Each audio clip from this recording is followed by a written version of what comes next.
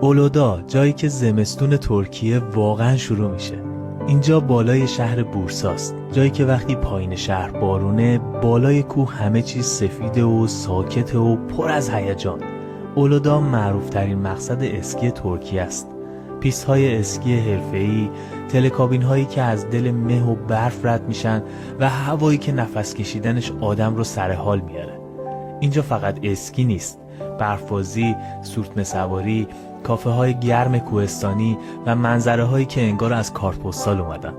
همه چیز آماده است تا یه زمستون به یاد موندنی برای خودت بسازی. وسط این همه سفیدی، اگه تا اینجای ویدیو رو دوست داشتی لایک کن و فالو کن، چون جاهای خفن‌تری هم قراره با هم دیگه ببینیم. اولودا جاییه که هم خانواده ها عاشقش میشن، هم عاشقان هیجان، هم اونایی که فقط میخوان چند ساعت از شلوغی شهر فرار کنن و توی سکوت برف قدم بزنن. زمستون ترکیه بدون اولودا انگار یه چیزی کم داره.